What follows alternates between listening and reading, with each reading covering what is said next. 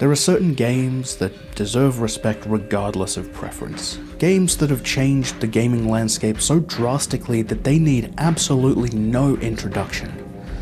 And there is no game that I can think of that deserves this description better than Doom. Doom. There you go.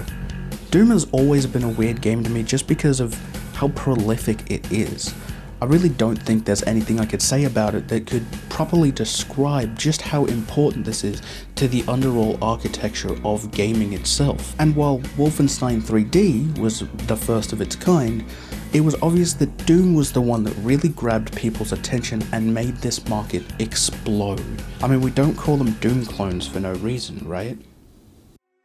The video game crash had caused the closure of massive companies like Atari, Mattel, and Coleco, and had luckily been ended 8 years earlier after the release of the NES by this little-known company called Nintendo. And by this point, the market had been steadily recovering, and releasing alongside massive titles like Star Fox, Secret of Mana, and Mortal Kombat 2, it had some pretty intense competition to go up against. While a lot of people would equate Doom's popularity to the quality of the game or the violence being its main draw, I don't think that I would agree 100%. And granted, while I wasn't alive at the time, I do understand that people love free stuff. So, what did id Software decide to do? Well, due to how much storage a floppy disk can hold, Doom was released in episodes. So, when you see people talking about E1M1, that simply means Episode 1, Map 1. Simple enough. And so people didn't have to pay just to experience the game, Episode 1 was released for free. This is that version of shareware Doom that you see a few people talk about here and there. Look, I'll be honest, I've been hesitant to talk about these games, not because they're bad or they have some controversy that only a few people are knowledgeable of. I think this game has outlived just about every attempt to discredit it. But that's the exact problem. This title is prolific, and I really wasn't sure if I had the ability to put the importance of these games into words, or even if I had a way to explain how this game feels to play. And what it comes down to is that this game feels kind of weird. When you start this title and click on New Game, there's no cutscene, there's no camera flying around the map to build anticipation. You're just kind of dropped in, with your pistol, and possibly one of the most recognizable songs ever written for any game. Now the gameplay at first is going to look a little awkward because this game doesn't use the same control scheme as modern day games. While you can still use WASD for basic movement, if you're playing on keyboard, your turn left and right is also bound to buttons, while your fire key is the spacebar. This was about 6 years before Half-Life would come along and really push the now commonly used WASD and mouse control scheme. That being said, if you're playing the version available on Steam or any other modern platform, they do have a few added cheats and quality of life adjustments, the major one being the regular mouse and keyboard controls we know today. Outside of the outdated control scheme, this is where I struggle to talk about things unique to this game, because that's kind of the thing. This game is so well known and so substantial to the framework of first-person shooters that there isn't really anything unique to this game anymore. It's just done incredibly well, even against today's standards. The movement is incredibly smooth. The shooting, while a little precise for the control scheme, works perfectly well. Each gun fires differently and adds a unique approach to your missions, and level design is incredible outside of a few examples where you're left circling back on yourself for a few minutes. It's difficult to put into words just how good this game feels. If there's one thing I could point out as problematic or poorly put together, it would probably be that you aren't able to look up and down, and yet the game constantly puts you in situations where you need to fire blindly at enemies above or below you. While playing Doom, I slowly began to realize a few things that id Software managed to do. Not only the way that you progress through the game, but the way that id Software managed to make such a limited cast of demons feel like so much more during the rest of the game. Game Maker's Toolkit does an incredible job of explaining why this is, and I'll make sure that I leave a link to their video below if you're interested.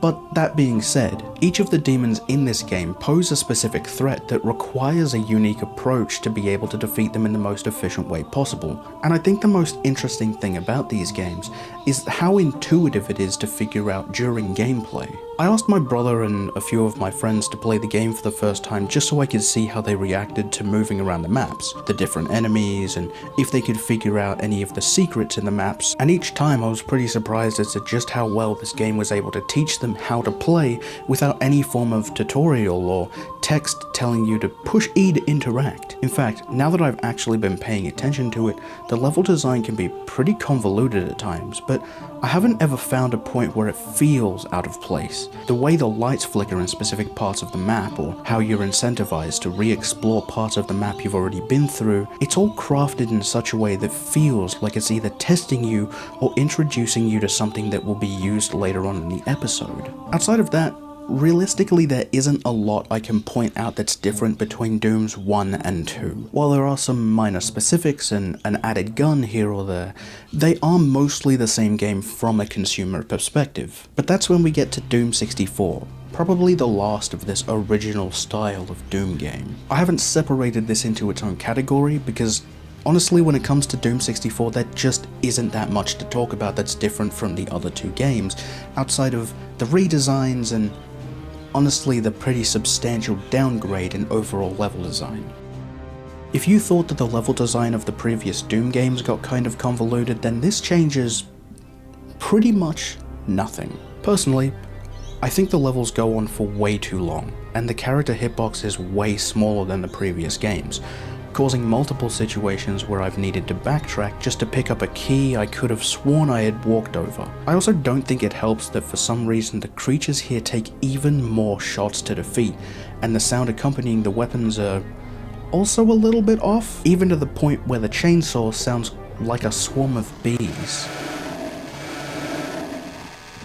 That being said, this game isn't bad, especially for the time it came out. The game is still one of the fastest paced games of its generation, even compared to the likes of GoldenEye, which released the same year. While I don't think that these redesigns are necessarily my favourite iterations, they do bring a pretty cool and interesting spin on the game, making them out to be far scarier than the previous games, but after this, Doom fell kind of dormant for a while, at least until Activision picked them up so they could try their hand at making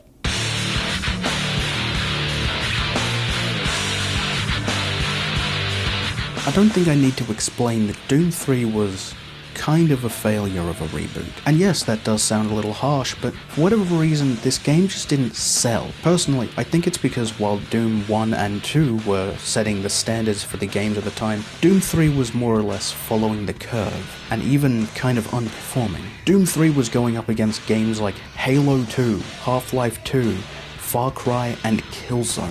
So, when you already have a collection of incredibly tense, emotion-packed shooters, there isn't a whole lot of reason to pick Doom 3 over any of the others. It also doesn't help that this is a complete departure from the original games, making the fast-paced action and badass guns of Doom into a more medium to slow-paced atmosphere game, where you're constantly put into horror situations rather than just ripping through countless demons. Don't worry, I'll get to it later.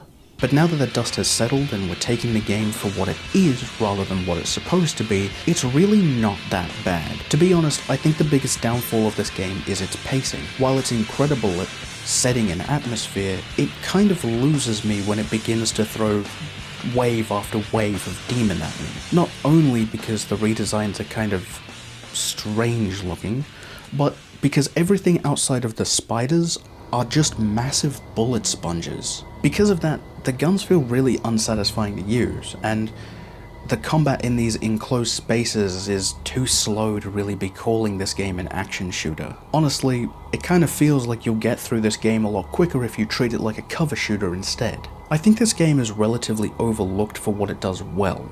The rooms are convincing, the level design is well laid out and leaves plenty of spots for the players to find secrets and little Easter eggs, and the story is convincing enough to make the world believable even if parts of it are fairly cheesy. But we all love a bit of early 2000s cheese every now and then.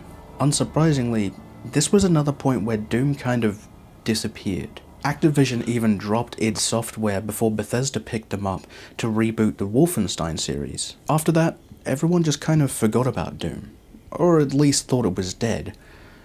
id Software was off doing bigger and better things with Bethesda, and everyone was kind of bored of that older style of shooter. It was washed out, gone away. We were more sophisticated. No one really wanted to run around with a shotgun, killing demons, and it was just so barbaric. There was... What? Wait, what? What's that? What? Oh.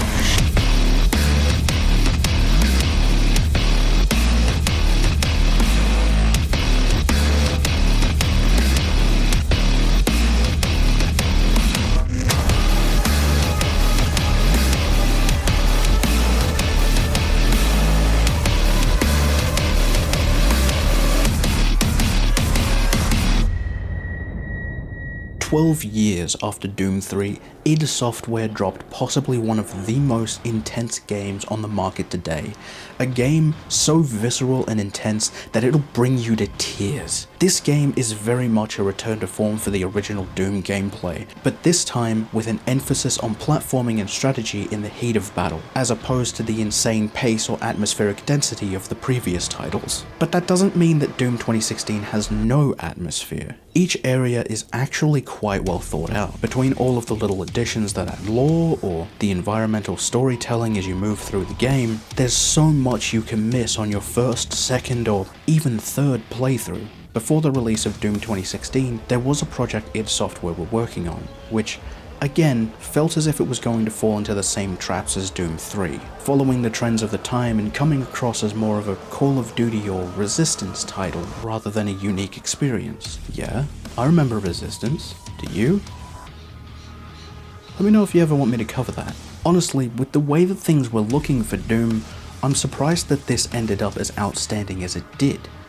And I don't know what it is about id Software, but they have a habit of capturing lightning in a bottle time after time after time. And this is no exception.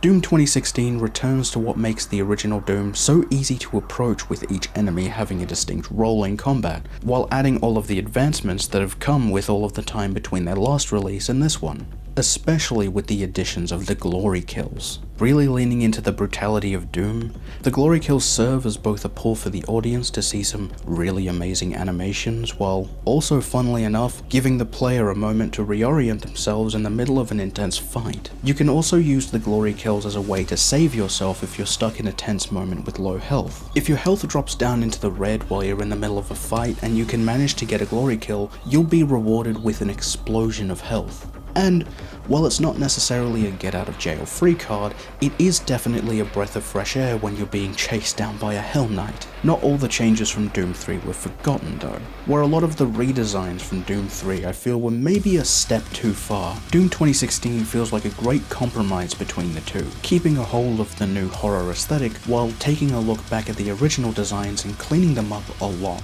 Personally, I think the biggest improvements are the Pinkies and Imps. But the comparisons don't end there either. My biggest issue with Doom 3 was the pretty severe lack of any memorable music outside of maybe the title theme, but I don't think I really need to say anything to explain just how memorable the tracks of Doom 2016 are. While I can't say that Doom 2016 is as revolutionary as the previous titles, it did have one major thing that made the game incredibly noticeable, and that was how the music was handled. The songs in this game can just be listened to even outside of the game. They are pretty outstanding industrial metal instrumental songs with an intro, bridge, breakdown, and hooks that can add through the length of the song. But in the context of the game, each of these sections can be broken down into different moments like atmosphere, breakdowns and transitions, false intensity and full-blown combat music. And that's exactly what they managed to do with this title. You're not left with a static track that repeatedly plays and loops over and over again. Not that there's anything wrong with that, but the music reacts to both your actions and the situations you find yourself in. By the way, did you know that when Mick Gordon originally asked Bethesda, they told him that he was not allowed to use metal in the soundtrack? Yeah, this game almost released without its most famous feature. When you're about to begin a fight, the music will swap into the build of each of these songs, building that anticipation, and once you begin shooting at your first demon, you'll be met with combat music that displays the intensity of the moment. Sure, it might not work as flawlessly as it does in Doom Eternal, but it's still incredibly effective and makes you feel like the Doomslayer, ripping and tearing until it is done. And that's the thing about Doom, and something that id Software brought up incredibly well at E3 2015. There are 3 things that make this game so great. Badass demons, big fucking guns, and moving really fast. These 3 simple concepts have taken Doom to the pinnacle of gaming. So it makes sense that this is what they would return to when they were trying to reboot this version of Doom. And that's also something they continued on with in the sequel, Doom Eternal.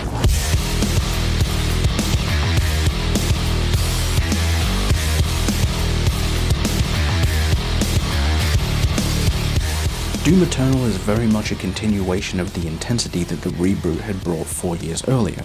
Though, as any good sequel tends to do, it tries to expand on elements that the previous game had touched on.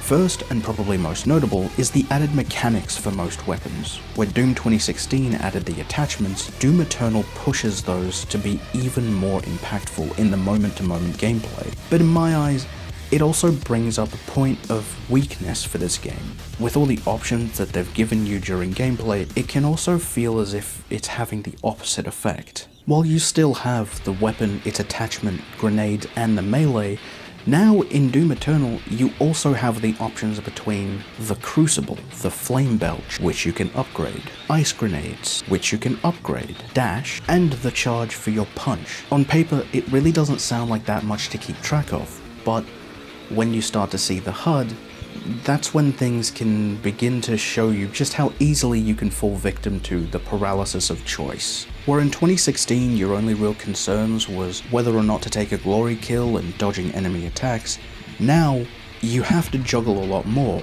and in the space of about half a second, you now have to think, should I freeze this enemy and give myself some time to breathe? Do I have enough charge in my Crucible? What about my punch? I haven't used that. I do have the Flame Belt. I'm running low on ammo. Doesn't the check? Should I try to use the BFG? Have I spoken to my mum recently?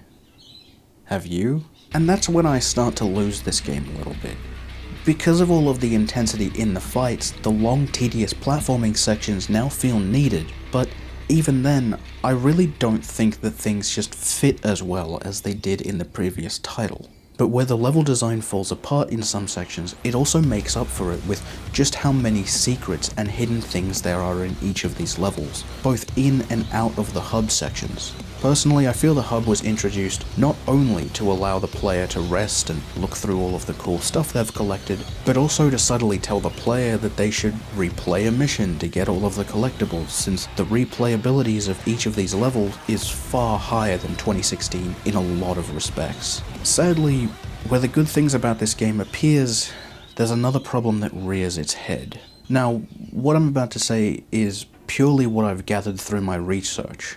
I'll make sure to leave the statements and references in the descriptions if you're interested in researching for yourself from both Mick and Marty. During the development of this game, Mick Gordon was contracted to make the music for Doom Eternal, but this time apparently didn't go anywhere near as smoothly. Mick was supposedly given the task of creating music for the levels that had barely been put together at all, making it more of a guessing game as to the feeling these moments were supposed to provide. It also didn't help that apparently he was given an incredibly short time frame to work with, while about 50% of the work he offered to id Software was denied as not being good enough or not fitting. Then things started to get really bad. The OST was apparently announced before Mick had been told about it, giving him almost no time to master the songs for a full release, much like how Chad Mossholder had also been contacted to work on an OST about 6 months before Mick had even heard about an OST being created. It was done in an incredibly sloppy way that left strange transitions that didn't fit, popping and clicking in tracks that, if you listen, are painfully obvious, like the transition at the end of BFG Division 2020. And if that wasn't bad enough, in the end, Mick was ordered to hand over all of his clips he had created so Chad could finish the version of the OST. Look, Obviously, I don't have a first-hand account of the happenings behind the scenes, but regardless of what happened, Mick Gordon is no longer working with id Software, and that kind of brings into question the quality of their future projects. While my previous statement might leave a bit of a sour taste in some people's mouths, I don't think it takes away from just how outstanding these titles are. And even with such a large controversy surrounding Doom Eternal, it still won Best Score, Best Sound, Best Action, and Game of the Year in the Game Awards. And if we push past the massive boom that the more recent games have created, the original Doom and Doom 3 still set themselves apart as games that demand respect, whether it be through their soundtrack or gameplay. I, for one, really hope that Doom is here to stay. And I also hope that the next title is just as outstanding as the previous ones have been. But with all of that said, that's the end of this video. Thank you all so much for watching. Thank you to the green screen for not falling over for 5 minutes. And I'll catch you all in the next one.